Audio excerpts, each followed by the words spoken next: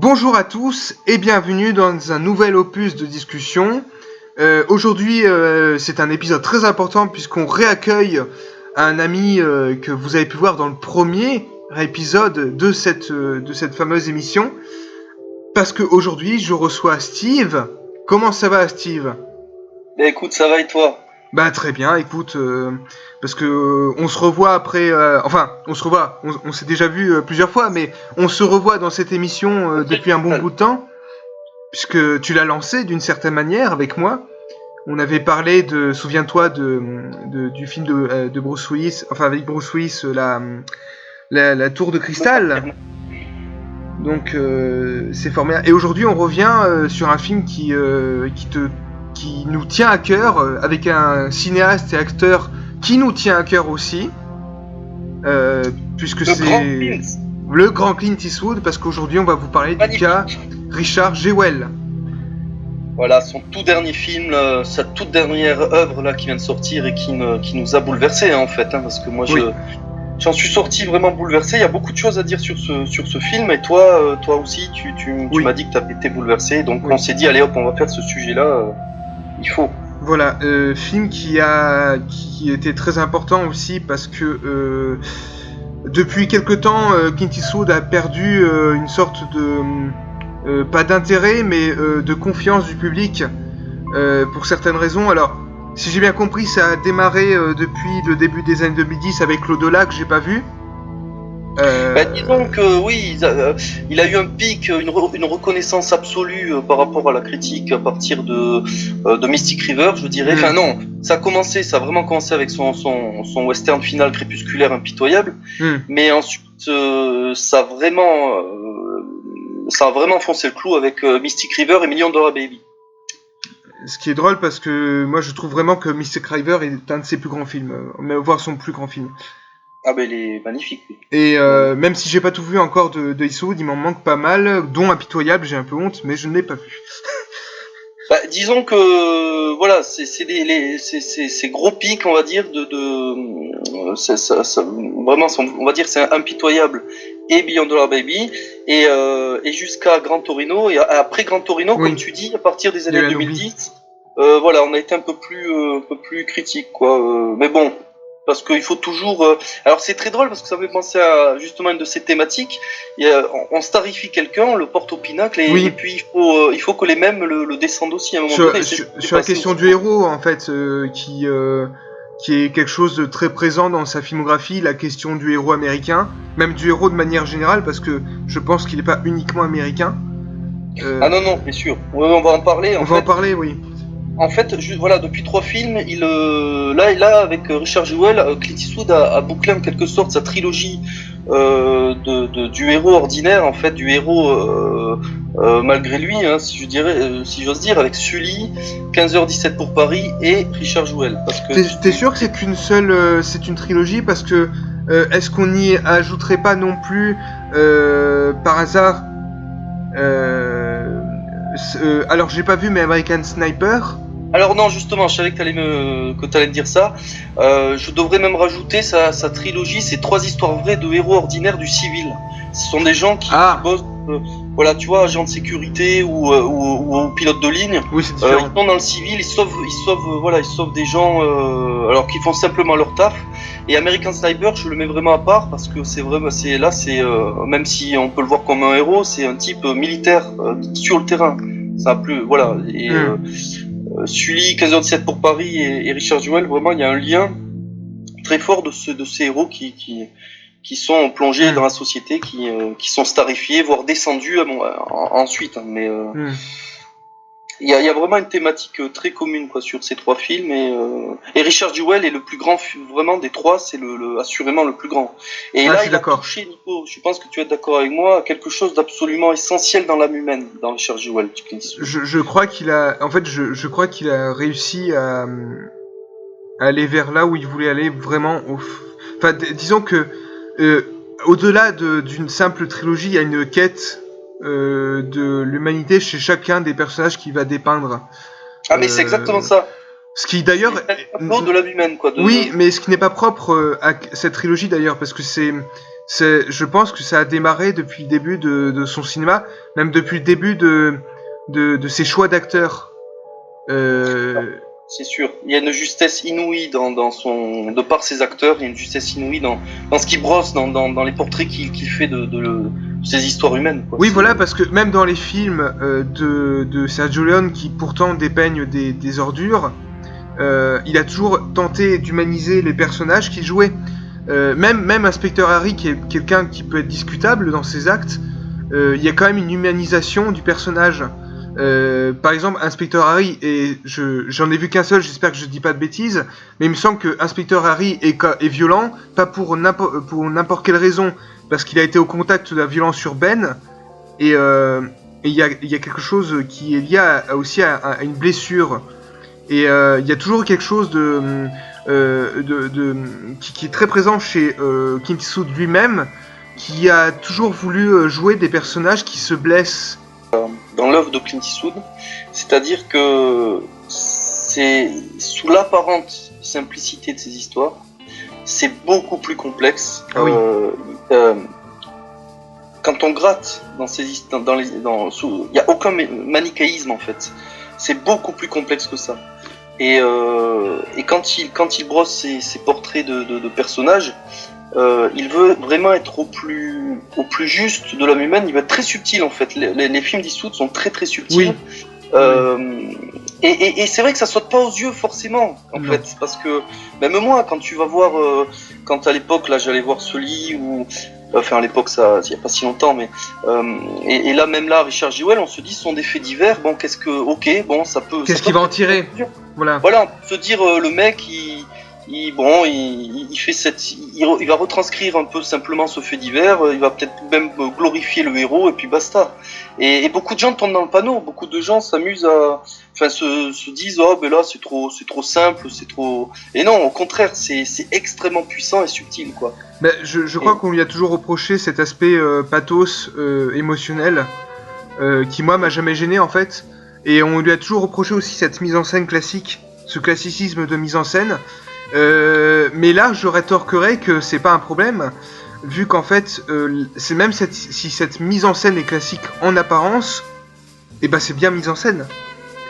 Parce que le cinéma dans son terme dans son sens le plus noble. C'est ça.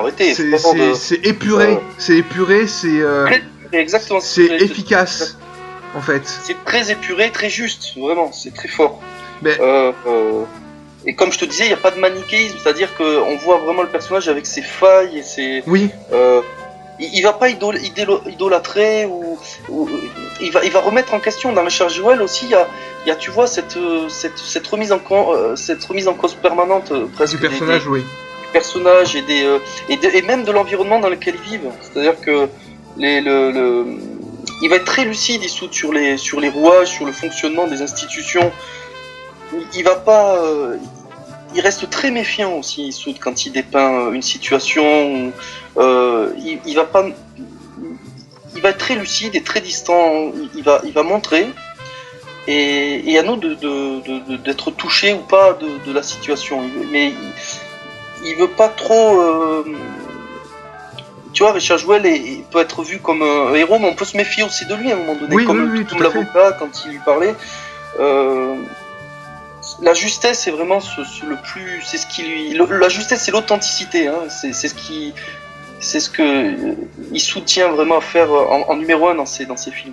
Mais il dresse un portrait en fait, et il y a aussi ça dans ce que tu évoques, il y a ça particulièrement dans Richard Jewell, parce que la remise en question, elle était un peu moins présente par exemple dans Sully, tu vois, Sully était beaucoup plus présenté comme un personnage. Enfin, c'était lui qui se remettait en question.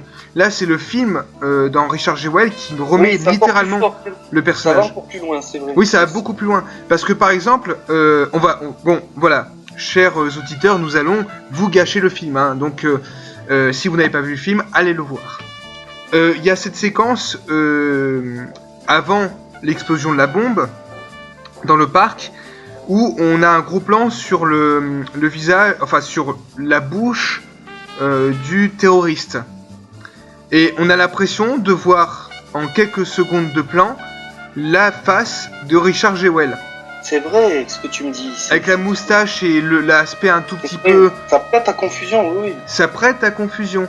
Moi, c'est là où je me suis dit, mais attends, c'est Richard Jewell, parce que avant de voir le film, j'ai pris un peu connaissance du fait divers. D'ailleurs, on reviendra sur certaines failles du film par rapport au traitement de ce fait divers, parce que il y a un défaut qui, moi, me gêne et en même temps me gêne pas du tout, qui vient du traitement de la journalisme. On reviendra dessus, parce que j'ai voulu me renseigner un peu sur l'histoire et c'est intéressant là-dessus, parce que on peut très bien regarder un film avec lequel on n'est pas d'accord, même si il tord les faits d'une certaine manière, ça ne nous empêche pas de l'apprécier.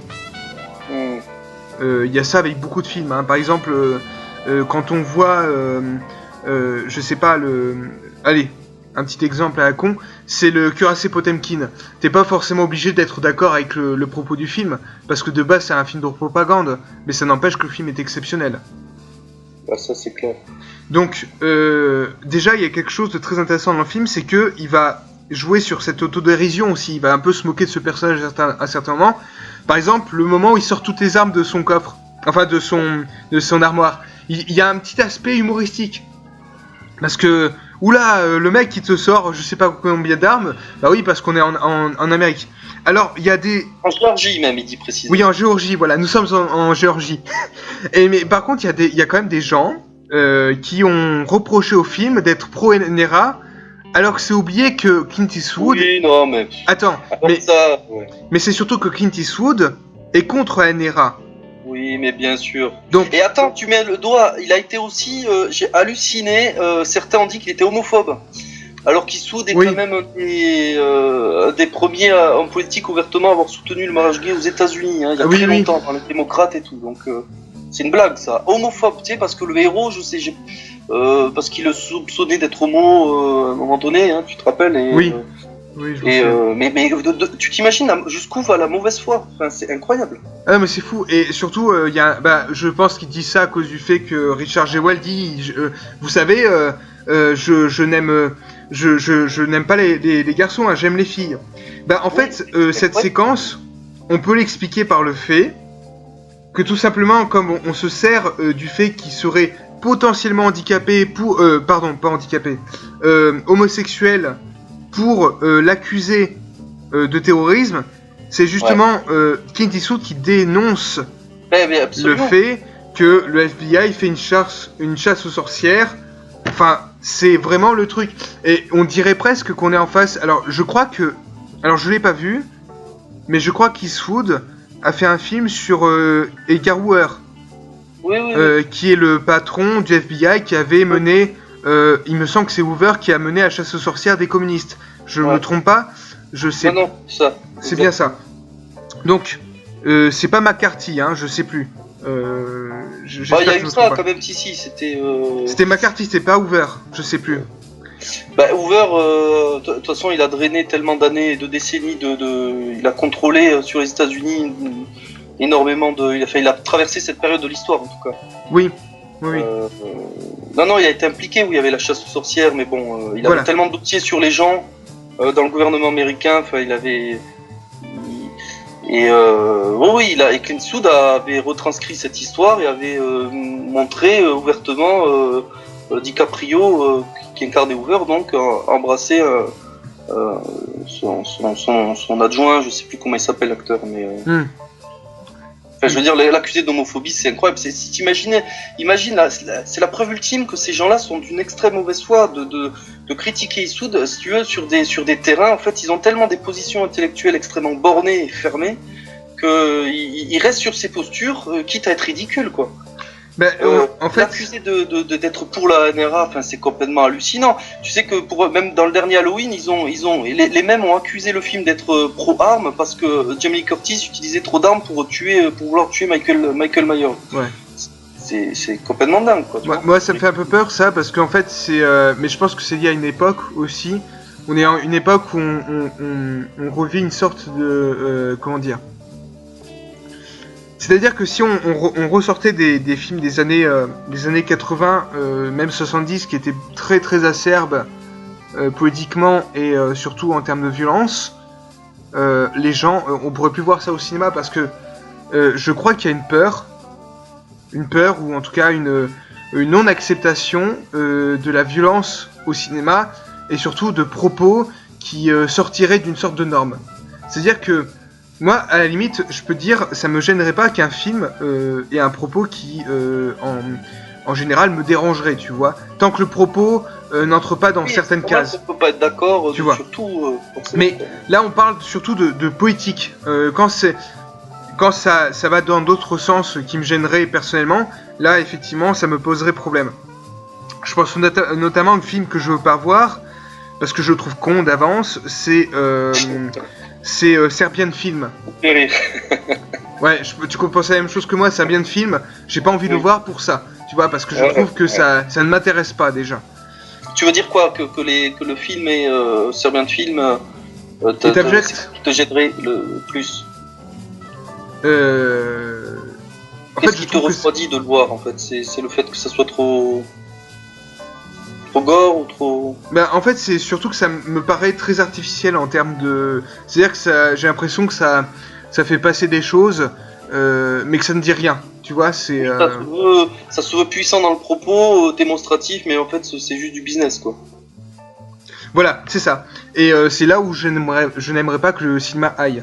Ce qui est le cas quand même de beaucoup de films qui se prétendent être dans une norme politique et voilà, de morale, mais qui ne disent finalement rien du tout en fait. Parce qu'on peut dire ce qu'on veut de Clint Eastwood, mais Clint Eastwood dit des choses. Il a pas peur de les dire. Elles ont des limites. Il est lui-même et il dit des choses sur l'humain, quoi, c'est tout. Et derrière, il y a quelque chose de presque de pratiquement émouvant, quoi, en fait. Bah oui, parce qu'il est authentique. Il est authentique, c'est quelqu'un de vrai. Voilà. Tu as totalement raison, tu as tout dit quand tu dis ça, c'est-à-dire qu'il est authentique, il est lui-même et d'ailleurs, voilà, il avec ses qualités, ses défauts, il essaye de viser juste, il aime la spontanéité, il aime l'authenticité. Voilà. C'est et très tu vois, les acteurs, c'est pour ça qu'il les fait tourner, il fait pas beaucoup de prises, très souvent, les acteurs, il les fait tourner, voilà. Bah, en fait, il y a une économie de plans, une efficacité des plans qu'on voit dans Richard Jewell, je pense notamment à la séquence d'explosion de bombes, qui est une des séquences les plus incroyables que j'ai pu voir au cinéma. Hein. C'est remarquablement, c'est admirablement mis en scène, c'est incroyable. Il en a sous le capot encore, le Clint. Ah, mais à son âge, c'est complètement fou. Déjà, j'étais impressionné par son jeu dans son précédent film, La Mule, que je n'oublie pas, qui a été très oublié comme film, n'empêche.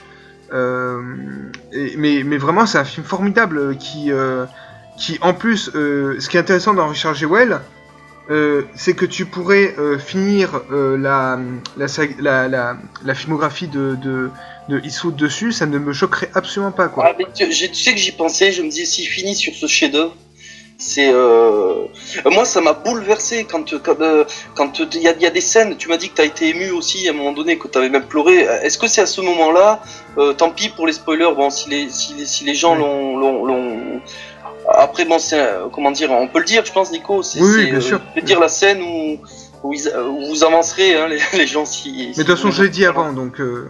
Voilà. Mais cette scène à la fin où Richard, en fait, se lâche, quoi. Il s'est retenu pendant tout le film et il craque à ce moment-là quand il est au dîner. Oui, tout à fait. Ce moment-là qui t'a bouleversé. Ah, tout à fait. En fait, il y en a plusieurs. Il y a celle-là. Tu vois, il est dans la retenue tout le long et il craque parce que on va en reparler après parce que Eastwood, si tu veux, il aime vraiment mettre un point d'honneur à cette sobriété.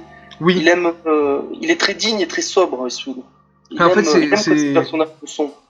Mais c'est là où il y a de la dignité parce que en fait, il est critique avec son personnage, mais ne le juge pas. Oui, c'est ça. Il montre la situation. Il essaye d'être le plus juste possible et voilà. Et cette scène, elle est. Moi, je me suis aussi un peu documenté sur le mec et il était très monolithique pratiquement. Il n'exprimait rien et quelle beauté quand à un moment donné il craque.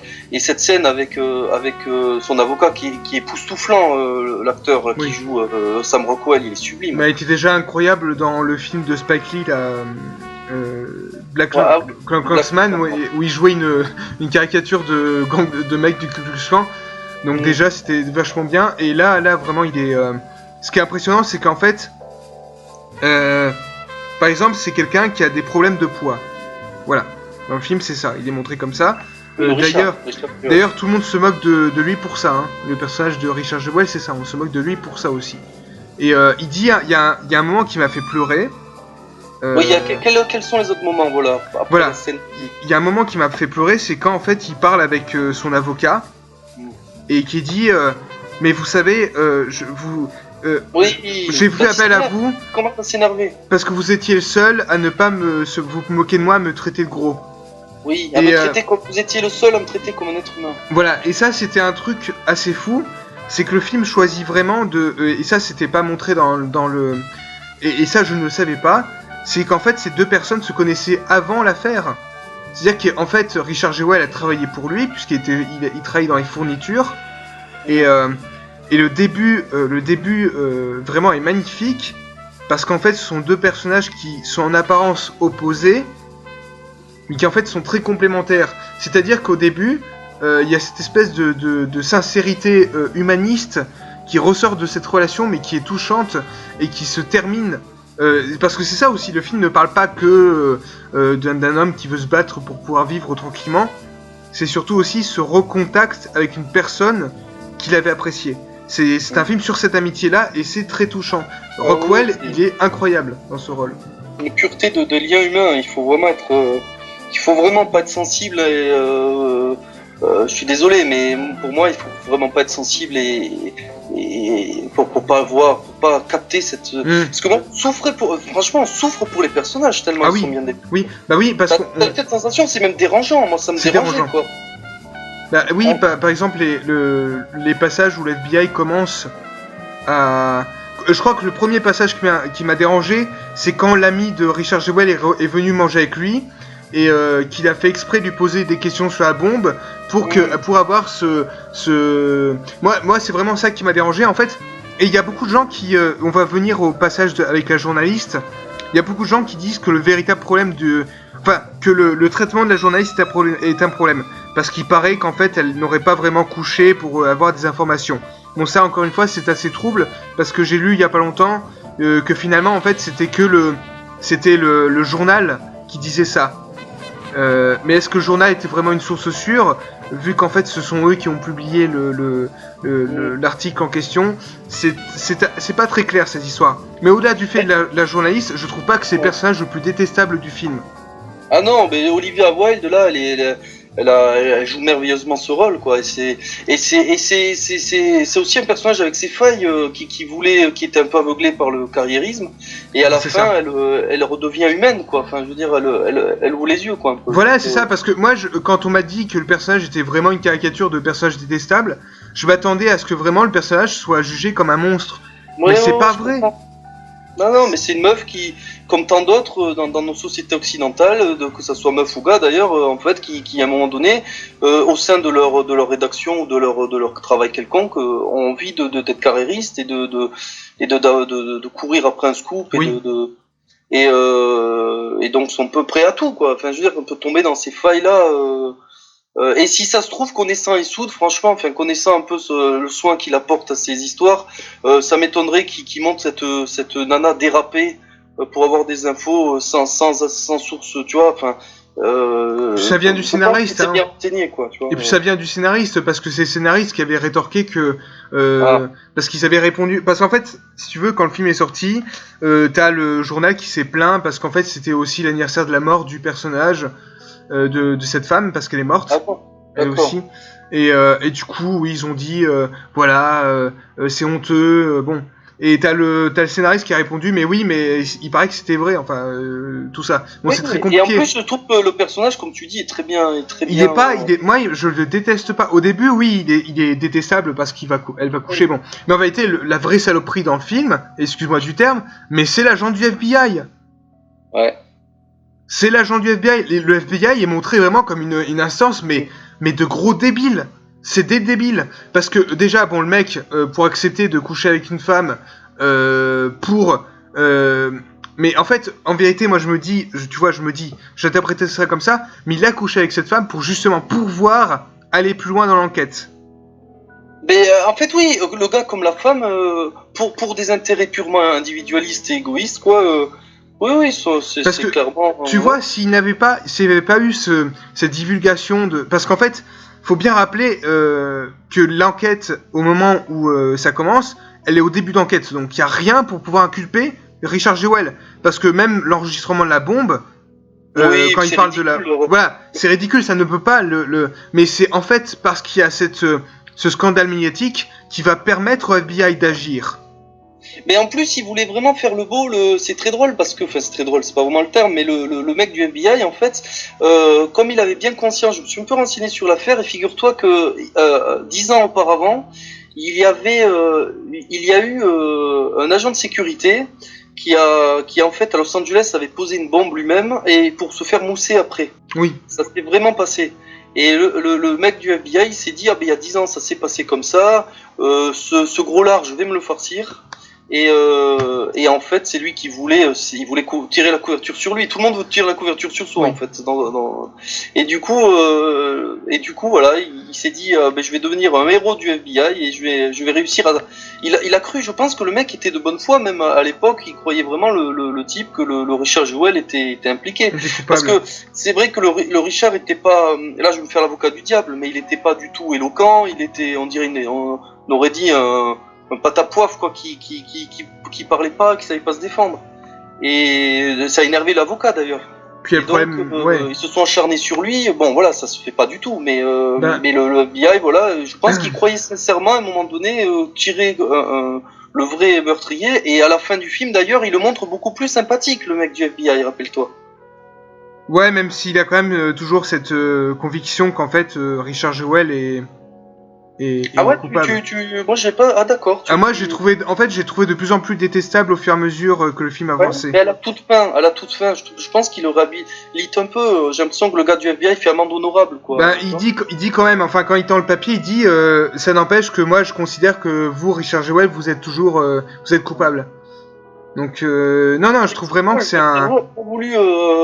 J'ai pas capté ça, d'accord, ok. Parce qu'en plus, si on voulait vraiment accuser le film de sexisme, ça serait oublier les autres portraits de femmes. Parce que je pense au portrait de la secrétaire bien sûr. qui est une actrice qui joue très très bien et qui en plus est un personnage formidable. Et la mère. Oui. Absolument, oui, la femme qui est devenue la femme de l'avocat d'ailleurs. Oui, voilà, qui deviendra la femme de l'avocat. Je trouve vraiment que c'est magnifique ça. Et pour le coup. Oui, excuse-moi de te couper, vas-y. Et pour le coup, vraiment, les portraits de femmes sont très réussis dans le film. Même si c'est vrai que parfois le portrait de la journaliste est un petit peu caricatural. C'est pas faux. Tu me parles de portrait de femme, je me sens vraiment obligé de rebondir là-dessus.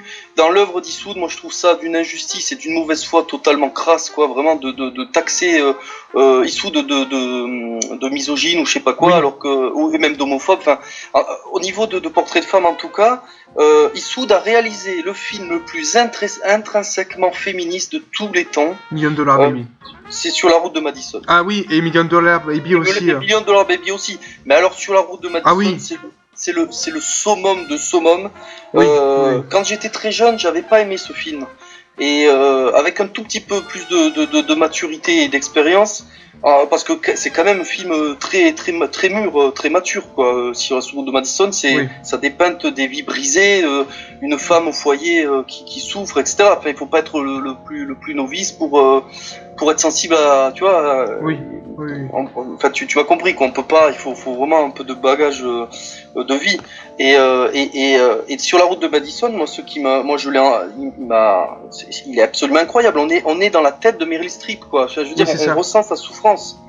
Meryl Streep, elle est formidable. C'est vraiment il a fait un portrait de femme avec Sur la route de Madison qui est absolument mais phénoménal et il y a quelque chose même de définitif, quoi, dans ce traitement. C'est incroyable. Tu peux pas faire plus proche d'une femme qui est malheureuse, quoi, au fond. Et puis surtout, Eastwood, je l'ai jamais vu faire des portraits d'hommes non plus très très engageants. Il a toujours été très critique aussi. Tu mets le doigt aussi sur autre chose. Oui, il a été toujours très critique sur les mecs, justement. Il est beaucoup plus tendre avec les nanas. Parce que regarde, même la mule c'est quand même un mec qui a tout claqué pour son métier, qui a oublié que sa femme était malade. Enfin, c'est... Exactement, mais oui, on pourrait en faire surtout sur ces dizaines de films. On peut, il s'amuse à se caricaturer, dans le maître de guerre quand il fait ce mec viril, un peu, bon voilà quoi, avec des attitudes bas du front quoi et tout. Oui. Il se moque de lui-même. Il est très dur. Oui, il est même plus tendre avec les nanas. Oui, quand tu vois Million Dollar Baby ou non, c'est très juste. Hein, et c'est pour ça ces procès sont d'une mauvaise foi absolument incroyable. Bah, c'est des procès d'intention. Moi, je trouve que c'est lié surtout à une mauvaise interprétation du cinéma de Eastwood, parce que même si Eastwood a forcément des défauts parfois en termes de cinéma, enfin en termes d'approche, mais ça prouve. Il est pas parfait, c'est normal. Bien sûr, comme tout humain, et c'est toute la thématique de l'humanisme aussi. Et puis surtout, moi je vous rappelais quand même qu'il a sorti un film qui s'appelle Mystic River, qui dépeint quand même la destruction d'amitié entre des hommes, parce qu'en fait ce sont uniquement les hommes qui se battent comme des hommes. C'est ça qui est intéressant. Il y a d'ailleurs dans Mystic River, t'as toute la... dans mes souvenirs en tout cas, c'est un film qui m'avait particulièrement marqué. C'est un film qui montre quand même la destruction d'humanité à travers les relations entre les humains en fait.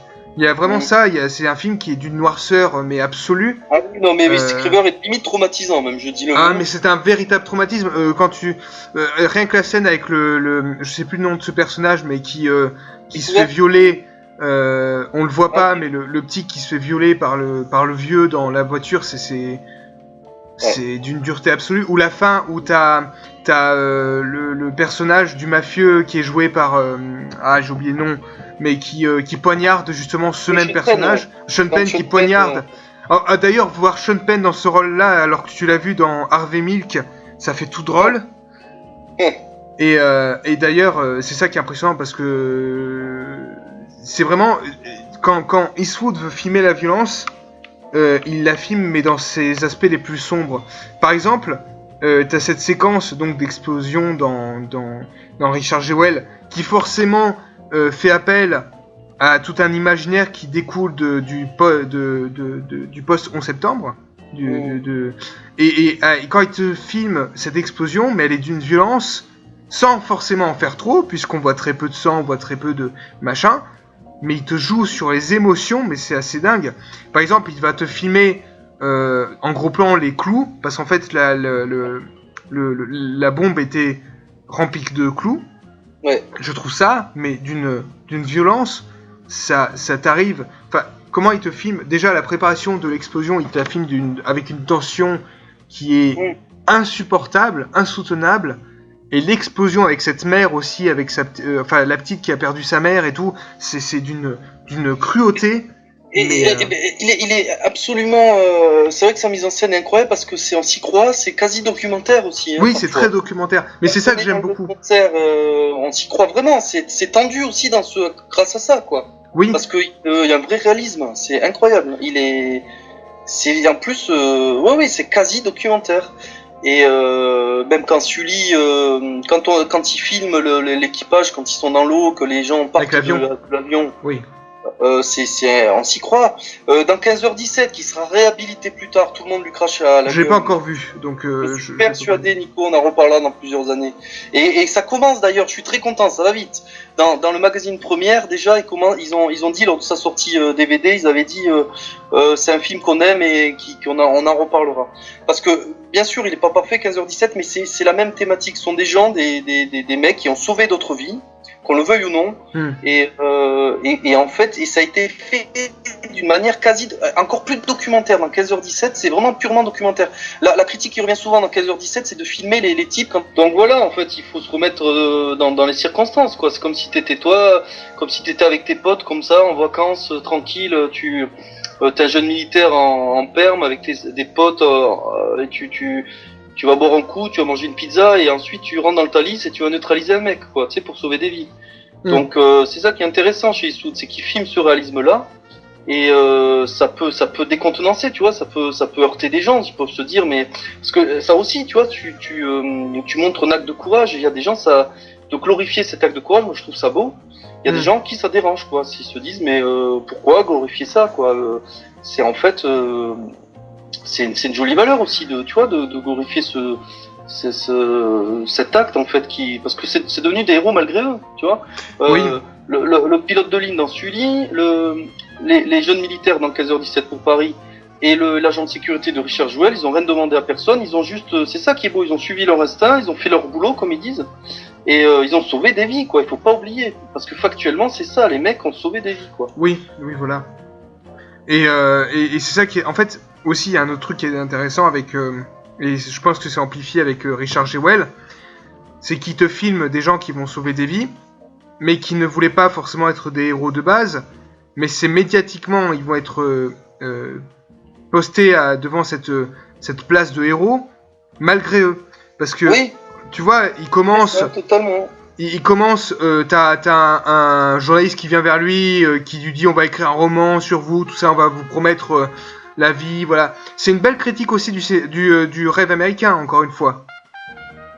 Bah, ils sont starifiés et ils sont déchus par les mêmes. Voilà, c'est ça. Voilà. Détruit. Il y a quelque chose de très sombre quand même derrière ça, parce que c'est une preuve de l'échec du rêve américain.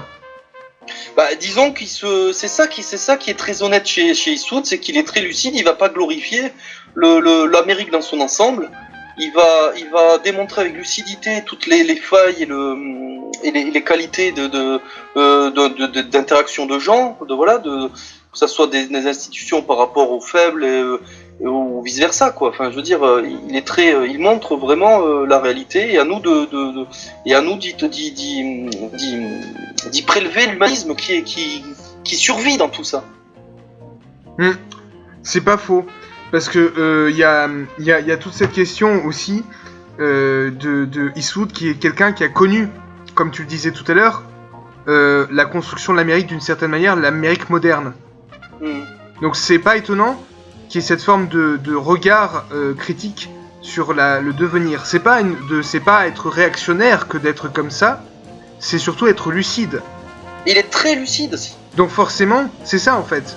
Ouais, et il y a des gens qui sont très bornés, qui ont des postures intellectuelles politiques très fermées, qui aiment diaboliser, voir le mal là où il y en a pas. Oui, voilà, c'est ça. Et il soude le fait, ça. Voilà, mais lui il s'en fout, il fait son truc.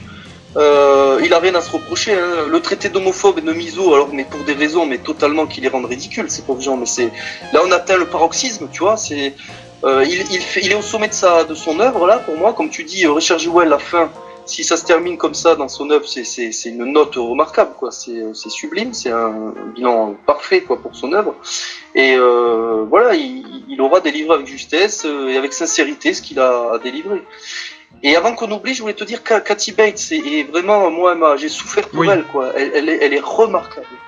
Elle est incroyable. C'est pas pour rien qu'elle avait été nommée à l'Oscar pour sa performance cette année. Elle est sublimissime, quoi. Oui, tout à fait. C'est une actrice qui a été un peu oubliée, alors qu'elle est de base, c'est quelqu'un qui joue très, très formidablement bien, quoi. Là, mais c'est vraiment quelqu'un. Elle joue la maman, mais on souffre pour elle, quoi. Et puis elle aussi, elle se contient, elle se retient. C'est fort d'interpréter des. C'est pour ça, Richard Jewell, le mec qui a fait qui a joué ce type, je me demande comment il a pas été nommé à l'Oscar aussi, parce que jouer des émotions en étant assez très très monolithique, enfin très rentré, très. Mais elle a été nommée, non elle a pas été nommée aux Oscars, il me semble. Elle a été nommée aux Oscars, il me semble, non Elle, oui. Oui, c'est ça. Elle, oui, mais lui non, par contre. Ah bah non, lui non. Mais c'est... Bah tu comprends, il joue un personnage qui n'est pas en accord avec les institutions actuelles. Et en plus, oui, c'est ça... Oui, bien sûr. Voilà, donc c'est sûr. Il est un peu banni des Oscars maintenant, en plus, Eastwood. Il est plus admis. Oui, ça c'est... Oui, ils ont... Alors, ils snobent James Gray, ils snobent Eastwood, bon... Écoute, si ça leur va comme ça, c'est bien. Si ça leur fait plaisir. Bon, après, entre nous, j'ai été très surpris du choix cette année des Oscars. Et avec beaucoup de positivité. Ça fait débat, effectivement. Mais entre nous, qu'est-ce que tu en as pensé là-dessus, d'ailleurs ? De quoi, des Oscars ? Ouais, du coup, qu'on ait donné disons, la récompense à Parasite, quoi. Bah, moi, honnêtement, c'est vrai que je trouve ça un peu particulier qu'on donne meilleur film. Je trouve ça vraiment particulier quand même, je dois t'avouer, parce que justement, on a depuis tant d'années, quoi, depuis presque un siècle, ils ont fait ils ont fait meilleur film étranger pour célébrer un film international, quoi. Enfin, et le meilleur film, c'est dommage. On aurait pu donner par exemple meilleur film Jojo Rabbit ou Le Mensonge, quoi. Ouais, mais je trouve que c'est intéressant de le donner à une autre perspective de cinéma, si tu veux. Oui, oui, pour toi, on peut le voir comme ça. C'est un coup de pied dans la fourmilière, c'est un message, c'est parce que c'est fait comme, je pense que ça a été fait dans cette optique-là. Bon, après, c'est mérité aussi. Je pense que c'est mérité. Oui, c'est mérité, mais ça aurait suffi largement l'Oscar du meilleur film étranger pour moi. Mais c'est vrai que, par contre, moi, ce qui m'agace, et on vient d'en parler, c'est le manque de diversité, parce que Eastwood, moi, j'aurais très bien vu déjà pour La Mule à l'époque, et aussi pour ce film-là, parce que Richard Jewell aurait mérité des récompenses. Oui, mais et tu sais, quand depuis le fait qu'il snob James Gray, c'est le plus intéressant cinéaste, le plus fort cinéaste actuel, le plus en essor, on va dire artistiquement, parce qu'il est encore jeune et qu'il est snobé aux Oscars. Alors déjà, quand tu vois ça, tu te dis bon, ok. Et d'Oscar, il est tellement, il attend. Tu vois ce que je veux dire? Il y a aussi ce fait-là qu'on n'attend plus.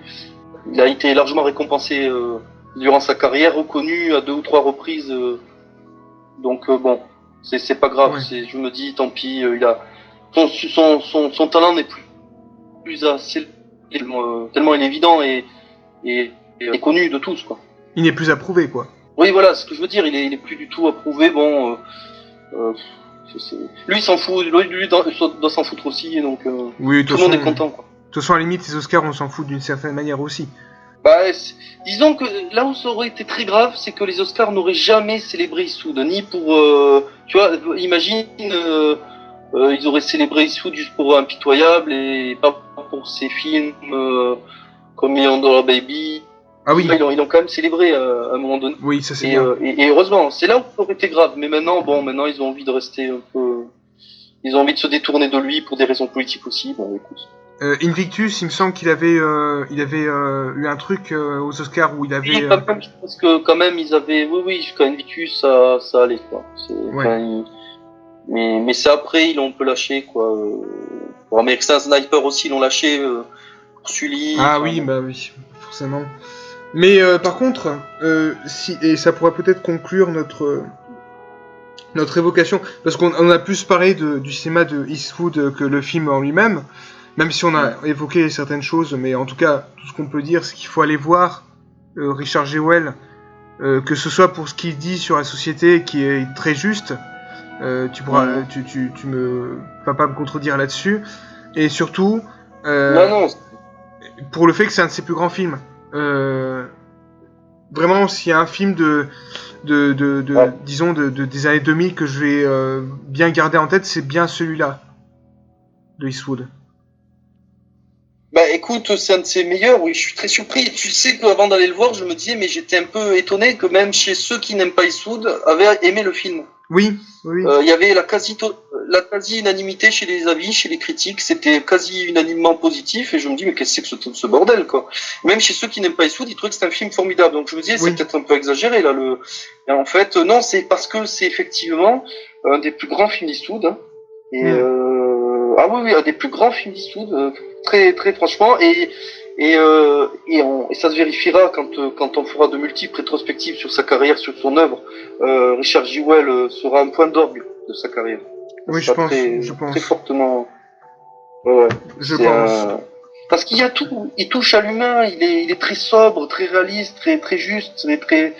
Tiens, je vais te donner une anecdote. Meryl Streep, à un moment donné, au sujet de cette sobriété, avait dit que sur la route de Madison, en fait, ça l'avait surpris qu'elle avait, il y avait Eastwood, à un moment donné, il avait fait une formidable scène où il pleurait.